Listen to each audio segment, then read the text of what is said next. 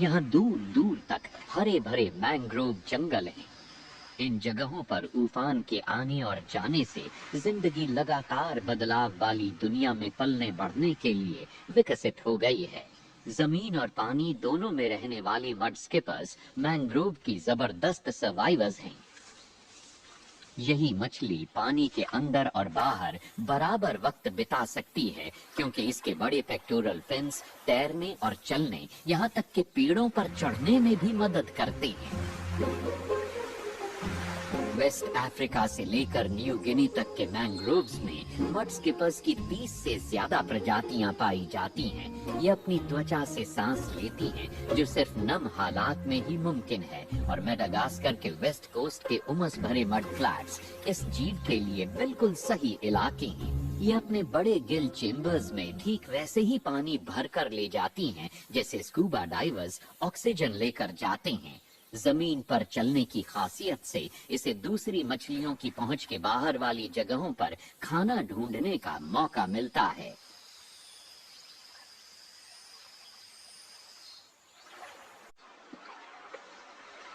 Madagascar का intertidal zone एक फलता फूलता इकोसिस्टम है और यहाँ मांसाहारी मड स्किपर्स को काफी खाना मिल जाता है।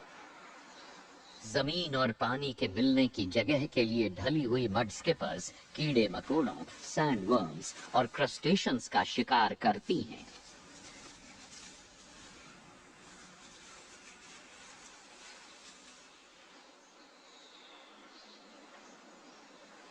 लेकिन जमीन के साथ नए तरह के खतरे भी आते हैं और मड स्किपर्स को पानी में रहने वाले सांपों और वेटलैंड के परिंदों का शिकार बनने का डर रहता है।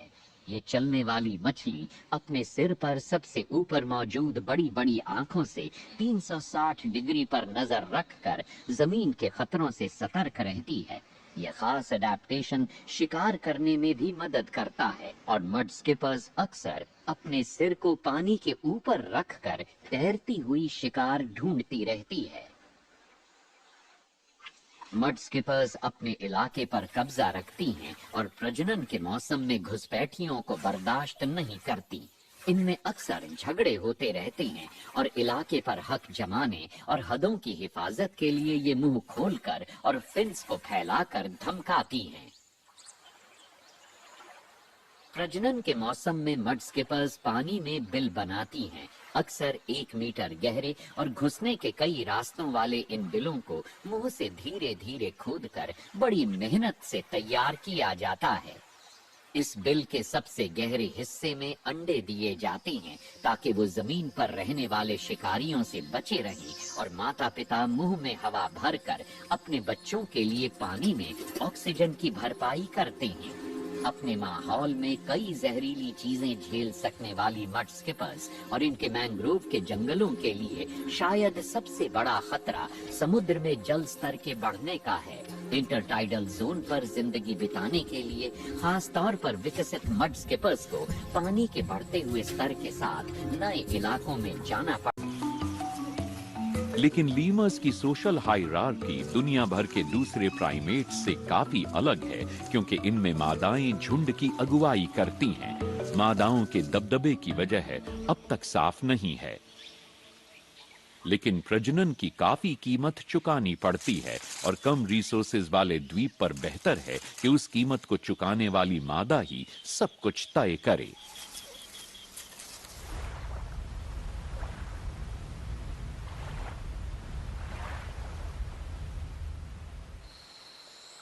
मेडागास्कर के सूखे मौसम में अक्सर खाने और पानी की कमी हो जाती है। लीमर्स ने कम मेटाबॉलिक रेट विकसित कर लिया है, जिससे ये द्वीप पर खाने पीने की अनिश्चितता से जूझ पाते हैं। लीमर्स की कई प्रजातियां अपने खास अंदाज में धूप सेक कर गर्माहट और एनर्जी बचाए रखती हैं। इससे ये जीव कम खाकर भी जिंदा रह पाते हैं।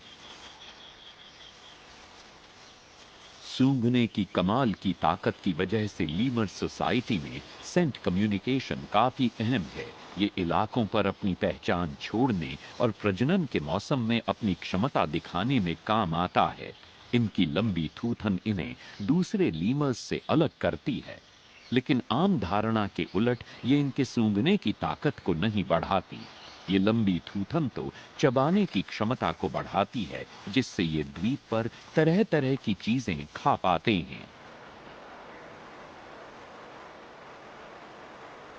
मेडागास्कर में इंसानों के पहुंचने के बाद से अब तक लीमर की कम से कम 17 प्रजातियां पूरी तरह से खत्म हो चुकी हैं। आज शिकार और आवास क्षेत्र के नुकसान के साथ इस द्वीप पर इंसान की बढ़ती हुई आबादी से बची हुई 90% प्रजातियों को खतरा है। लीमर मेडागास्कर के कई इकोसिस्टम्स के अहम जानवर हैं और इस द्वीप की खास पहचान वाले इन जीवों की हिफाजत के लिए ज्यादा कोशिशों की जरूरत है। अपने शिकार के एक्सोस्केलेटन को तोड़ देता है, जो बाकी इन्वर्टिब्रेट शिकारी नहीं कर पाते। इस प्रेइंग मैंटिस ने अपने जानलेवा हथियारों की मदद से एक और शिकार को धर दबोचा है और अब ये उसे मजे से खा रहा है। इसी बीच एक और खतरनाक शिकारी उत्तर में अपनी ताकत का नमूना पेश कर रहा है।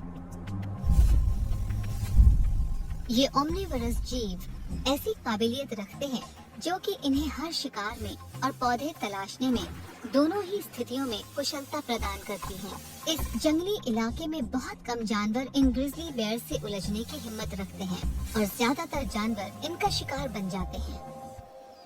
ग्रिजली बेयर्स सब कुछ खाते हैं। वो खुदाई में निकली जड़ें खा लेते हैं, वो बेरीज खा लेते हैं, वो कीड़े मकोड़े, चूहे, मछलियाँ भी खा लेते हैं, हिरन भी खा लेते हैं। अगर मौका मिला तो वो एक दूसरे को भी खा सकते हैं। लेकिन पेट भर खाने के लिए इन्हें पहले अपने शिकार को ढूंढना होगा। पर ये आखिर शिकार को ढूंढते कैसे हैं? अपनी लंबी थूथन यानी नाक का इस्तेमाल करके। माना जाता है कि ग्रिजली बेयर्स की सूंघने की शक्ति बाकी सभी मैमल से ज्यादा होती है, जो उन्हें उनके विशाल नेजल म्यूकोसा से मिलती है। नेजल म्यूकोसा ग्रिजली बेयर्स की नाक के अंदर के हिस्से को कहते हैं, जो कि इंसानों के नाक से तकरीबन 100 गुना बड़ा होता है। ग्रिजली बेयर्स का नेजल म्यूकोसा एक शहद के छत्ते के आकार का होता है, जिसमें लाखों सेंसरी रिसेप्टर्स होते हैं। ये रिसेप्टर्स हवा में मौजूद तमाम गंधों की पहचान करते हैं और फिर सारी जानकारी को ऑल्फैक्टरी बल्ब में ट्रांसमिट करते हैं, जहां ये जानकारी प्रोसेस की जाती है। ग्रिजली बेयर्स के ऑल्फैक्टरी बल्ब्स दुनिया के सबसे कामयाब ऑल्फैक्टरी बल्ब्स में से एक हैं। ग्रिजली बेयर करीब 32 किलोमीटर दूर से भी अपने शिकार की गंध को पहचान सकते हैं। वो जमीन के नीचे मौजूद शिकार को भी सूंघ सकते हैं और जिस प्रजाति का शिकार करना उन्हें सबसे ज्यादा पसंद है वो है रोडेंट्स, जो जमीन के करीब 2 मीटर नीचे अपना बिल बनाते हैं। पर इस लजीज स्नैक के बिल का पता लगाने के बाद ये भारी भरकम बेयर जमीन के नीचे बने इन छोटे छोटे बिलों तक कैसे पहुंच पाते हैं? इसके लिए ये अपने बड़े और नुकीले पंजों का इस्तेमाल करते हैं। ग्रिजली बेयर के नाखून केराटिन से बने होते हैं। केराटिन एक स्ट्रक्चरल प्रोटीन है जिससे बाल, नाखून और खुर बनते हैं। ये एक तरह का कुदरती प्लास्टिक है। ये बहुत ही ताकतवर, लचीला और मजबूत होता है। केराटिन से बेयर्स को मजबूत नाखून मिलते हैं, जिनसे ये गड्ढे खोद पाते हैं और इनकी चमड़ी पर फर उगता है, जिससे ये खुद को सैजिटल क्रेस्ट कहते हैं और सैजिटल क्रेस्ट की वजह से उनकी मसल्स को जुड़ने के लिए ज्यादा जगह मिलती है, जिसकी वजह से उनकी मसल्स को ज्यादा ताकत मिलती है और चबाने की ताकत और बढ़ जाती है। हाइनास की एक और खास बात ये होती है कि इनके सैजिटल क्रेस्ट के अंदर खोखले एयर फिल्ड चेम्बर्स होते हैं और ये चेम्बर्स क्रेस्ट से मिलने वाली जबरदस्त ताकत को इनके जबड़े में बराबर से बांटने का काम करते हैं। हम इंजीनियर्स जब कोई भारी लोड उठा सकने वाला स्ट्रक्चर डिजाइन करते हैं तो हम उसे ट्रायंगुलर शेप में बनाते हैं, क्योंकि ट्रायंगुलर स्ट्रक्चर्स ज्यादा वजन उठा पाते हैं और आसानी से गिरते नहीं हैं। हाइनास अपने जबड़ों की ट्रायंगुलर बनावट की वजह से बिना खुद को नुकसान पहुंचाए अपने जबड़ों की ताकत का पूरा फायदा उठा पाते हैं। अगर शिकारी शिकार ही ना ढूंढ पाए तो उनके ताकतवर दांत किस काम के?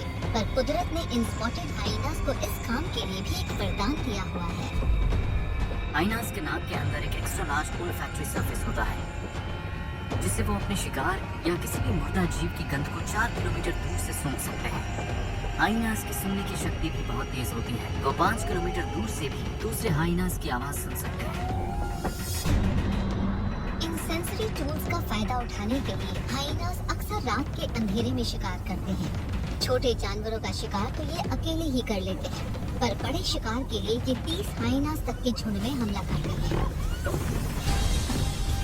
हाइनास शिकार के वक्त टेस्ट चेसिंग की रणनीति का इस्तेमाल करते हैं, जिसमें वो पहले अंदाजा लगाते हैं कि उनका शिकार कितना तंदुरुस्त और तेज है और फिर शिकार पर हमला करते हैं। हाइनास लायंस की तरह घात लगाकर शिकार नहीं करते, वो मेहनती शिकारी होते हैं। वो शिकार का पीछा करते हैं जब तक कि शिकार थक न जाए। लेकिन ये सवानास के सबसे तेज जानवरों को पछाड़ कैसे पाते हैं? उनके पिछले पैर अगले पैरों से छोटे होते हैं, जिससे उन्हें दौड़ते वक्त एक उछाल मिलता है और वो अपनी एनर्जी बचाकर देर तक दौड़ पाते हैं। इनकी अंदरूनी बनावट भी इतनी ही कमाल की होती है। हाइनास का दिल और लंग्स काफी बड़े होते हैं। उनके नॉस्ट्रिल्स चौड़े होते हैं, जिससे वो अपने शरीर में ज्यादा ऑक्सीजन ले पाते हैं। ये ऐसा है जैसे किसी एक मामूली कार में बड़ा गैस टैंक और गेट इंजन फिट कर दिया गया हो, जिससे उनकी स्पीड और स्टेमिना दोनों बढ़ जाते हैं। हाइनास 60 किलोमीटर प्रति घंटे की रफ्तार पर लगातार अपने शिकार का पीछा करते हैं, वो भी तकरीबन 5 किलोमीटर तक। जब उनका शिकार थककर हार मान लेता है, तो एक अकेला हाइना ही पैर पर किए गए हमले से ही शिकार को घायल कर सकता है और फिर कुछ ही देर में पूरा झुंड शिकार के पास पहुंच जाता है। एक बार शिकार घायल हो जाए तो हाइनास अपने दूसरे हथियारों का इस्तेमाल करते हैं। अगर कोई जानवर काफी देर तक भागता है तो इससे एक थर्मोडायनामिक प्रॉब्लम पैदा हो जाती है। उसके शरीर में काफी ज्यादा गर्मी पैदा हो जाती है और जब आप एक साथ ज्यादा ऊर्जा का इस्तेमाल करते हैं तो शरीर ज्यादा गर्म हो जाता है। हाइनास के नथुनों में काफी बड़े पैमाने पर रक्त कोशिकाएं मौजूद होती हैं, तो इन कोशिकाओं के नाक के पास होने और उनकी सांसों के तेजी से अंदर बाहर होने की वजह से उनका शरीर बहुत जल्दी ठंडा हो जाता है। इसकी तुलना आप रेडिएटर से कर सकते हैं। रेडिएटर्स में छोटी ट्यूब्स होती हैं जिनमें से कूलेंट गुजरता है और जब हवा रेडिएटर से होकर गुजरती है तो वो सारी हीट को बाहर खींच लेती है। शिकार के बाद अल्फा फीमेल सबसे पहले शिकार का लुत्फ उठाती है। मांस का सबसे बढ़िया हिस्सा खुद खाने के बाद वो शिकार को बाकी फीमेल्स के साथ बांटती है और मेल्स और बच्चे बचे हुए शिकार को खाने के लिए इंतजार करते हैं। इस तरह की मैट्रियार्की में ओहदा तय करता है कि किसे खाना मिलेगा और कौन भूखा रहेगा।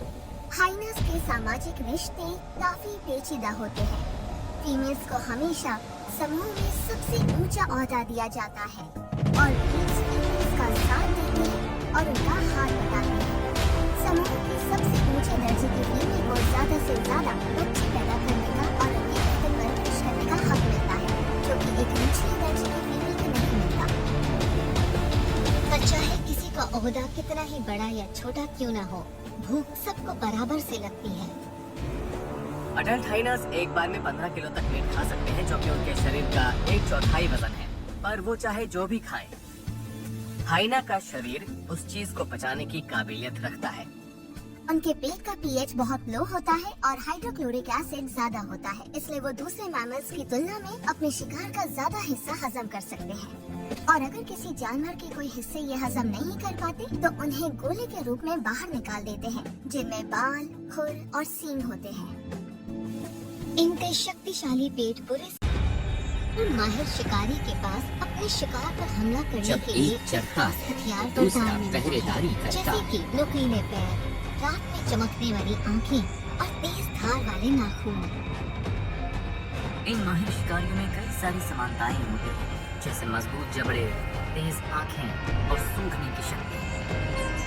पर इनके शरीर के अंग घातक हथियारों में कैसे तब्दील होने शुरू हुए और हम इन घातक शिकारियों से क्या सीख सकते हैं?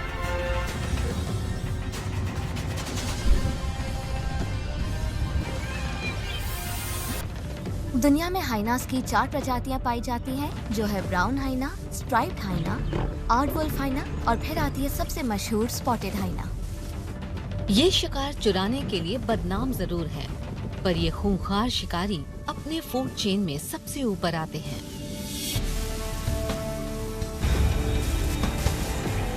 हाइनास कमाल के शिकारी होते हैं और माना जाता है ये अपना 90% शिकार खुद मारकर खाते हैं।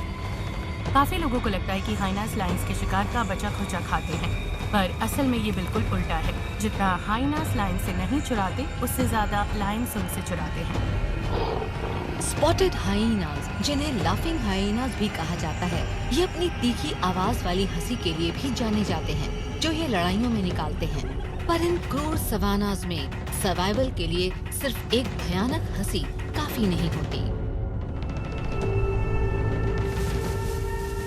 हाइनास के शिकार जैसे कि विल्डरबीस्ट, हिरण, ज़ेब्रा और बफलोज घातक सुरक्षा प्रणाली सींगों से लैस होते हैं और साथ ही इन्हें लायंस जैसे प्रतिद्वंदी शिकारियों से भी खतरा होता है।